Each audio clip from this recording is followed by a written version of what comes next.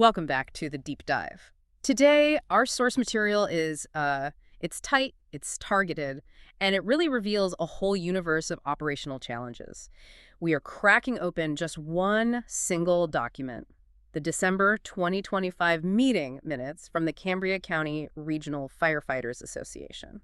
And our mission here is pretty simple. We're going to use these notes as a kind of shortcut. A shortcut to understanding the organizational engine of a modern volunteer fire service. Exactly. We're looking at the logistics, the legislative battles, and some really high-stakes financial decisions. What immediately jumps out to me is this incredible contrast right at the start of the meeting. It begins at 19.04 hours, so 7:04 p.m. All tradition. You have President Josh Petrisco leading the pledge. Then Pat Illig offers the prayer, and then there's a minute of silent reflection for two departed brothers, John Kuhar III and Michael Alexander. And you can feel that. That deep sort of historical commitment is right there on the page. But then the very next item of real discussion isn't about, equipment or parade routes. No. It was about securing reliable internet.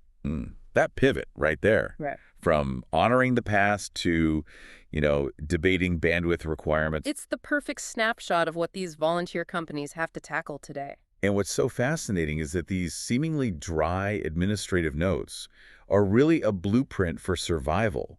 They reveal these three critical pressures facing volunteer groups everywhere. Okay, what are they? First, the mandated shift toward technology. Then, the constant draining need for legislative advocacy. At every level of government. At every level. Yeah. And finally, the challenge of managing growth while keeping your own house, your governance, in order. So these minutes show us that modern volunteer firefighters, they're not just experts in fire suppression anymore. Not at all. They have to be expert navigators of state regulations, federal benefits, and, organizational finance. Every single decision is weighted against this massive regulatory environment. Okay, so let's unpack that central conflict right away. The connectivity conundrum. The urgency for reliable Wi-Fi at their site is spelled out right there in the minutes. And it's because the state is expected to mandate all electronic registration and testing for certification. In the very near future. So if you fail to comply, you fail to certify your members. It's that simple. So the association had two major proposals on the table. The first was from T-Mobile. Right. And on the surface, it looked pretty good. A lower monthly fee, just $80 a month. But it came with this huge logistical and financial headache. The association had to buy and install its own antenna system. Which cost about $1,000 up front. Plus, they were on the hook for installation and any ongoing maintenance. So if you do the quick math on that, the annualized cost for just the first year, it's close to $2,000. $1,953.28 to be exact. That's a huge chunk of change for a volunteer group, and it introduces this new maintenance risk. What if the antenna breaks? Exactly. Then there was the other option, Verizon, and they offered a seasonal plan. Which is very smart. Really smart. It allowed them to shut down the service in the winter months, November through March, and only pay for 9 months of the year. And they looked at two different tiers. They had the standard mid-capacity plan at $99 a month.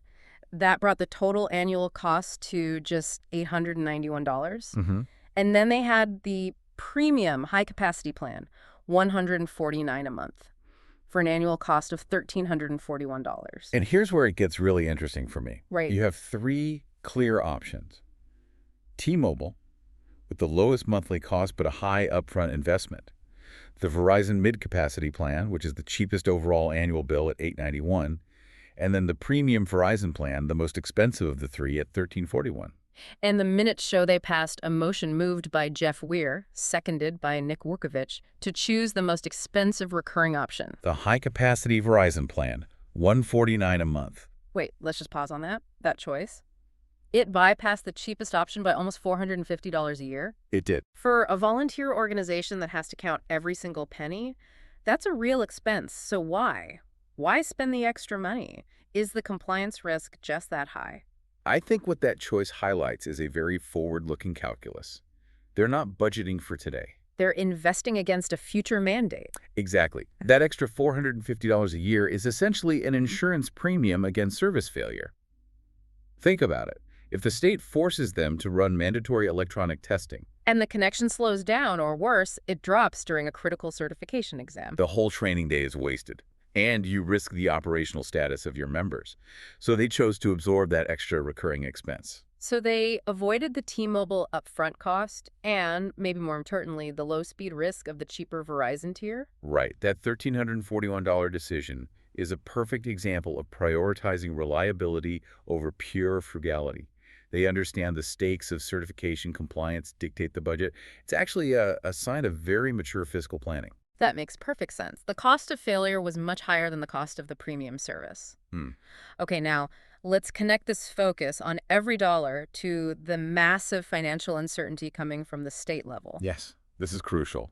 Nick Vukovic's law and legislative report brings us right into the world of advocacy.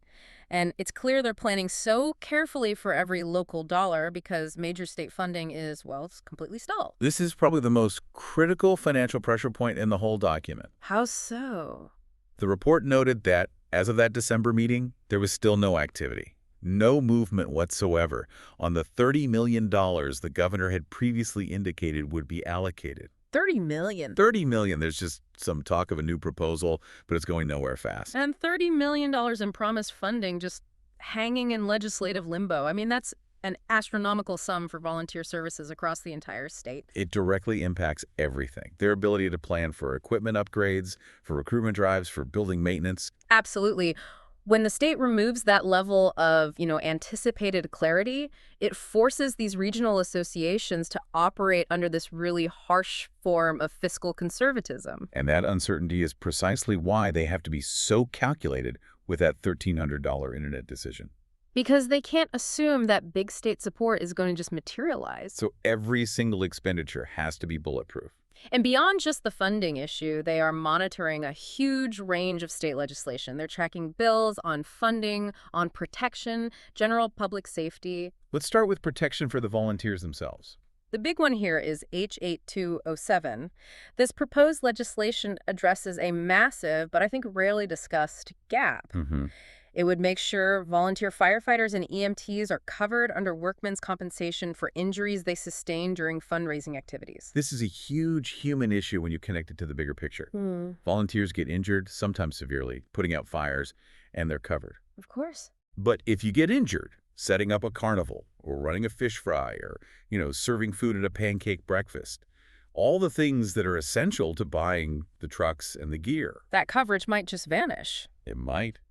And H8207 is trying to close that specific loophole. It acknowledges that the act of funding the service is just as essential and potentially just as risky as delivering the service. The fact that they have to lobby the legislature just to protect their members while they're raising money, it says a lot about the systemic underfunding of the whole model. It really does. Right. And they're tracking other vital bills, too. They noted HB 1379, which is about reimbursement for local fire wardens for activities and training. Which is critical for managing wildfires, a growing risk everywhere. And for public safety, they're on top of HB 156. This is a common-sense bill requiring carbon monoxide detectors in childcare centers. Specifically if they're heated by fossil fuels or have an attached garage. What's remarkable is just the scope. You have state legislation on workman's comp, bills on forest fire logistics, public safety measures like CO detectors. All being tracked at the same time by a local volunteer association. They really have to be generalists in advocacy. And that advocacy doesn't stop at the state capitol.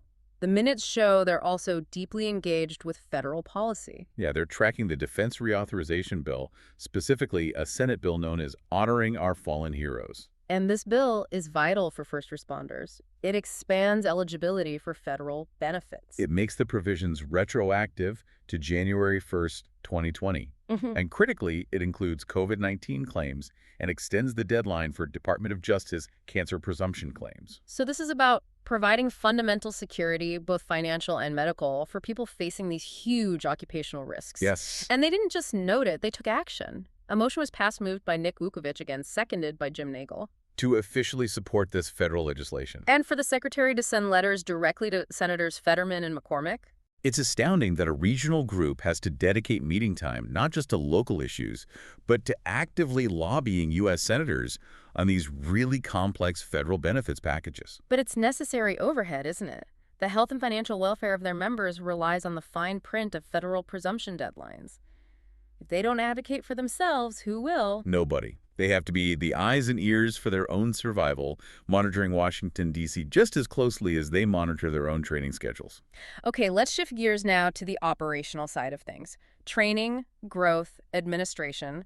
This is the backbone that keeps the engine running. Right. And they're clearly planning for the long term. The 2026 fire school dates were already laid out. 3 full weekends in April. That shows a calendar being set months and months ahead to ensure peak readiness. And that focus on readiness, it ties right back to that technology conversation we had. R.J. Wilson's certification report highlights the modernization of the training system. Evaluators now have to register on a platform called ACADIS, Which is the mandatory state certification tracking system. and that reinforces the need for that robust, high-speed internet plan. The state is digitizing everything, from certifications to evaluator training. If you can't get on ACADIS and register correctly, The whole professional infrastructure just collapses. pretty much. The association is also showing some serious momentum on membership. 5 new departments were reviewed and recommended. And this is expanding their reach well beyond just Cambria County. This is regional consolidation. The new departments were from Bedford County, Clearfield County, Center County, and Blair County. So they're clearly seen as a vital regional anchor. And this expansion, which is a positive thing, it inevitably led to a little administrative conflict, a perfect aha moment on governance. Right, the procedural debate about application fees. The written bylaws say that new departments must send their fees with the application. But the past practice, the sort of organizational habit, allowed departments to send the fee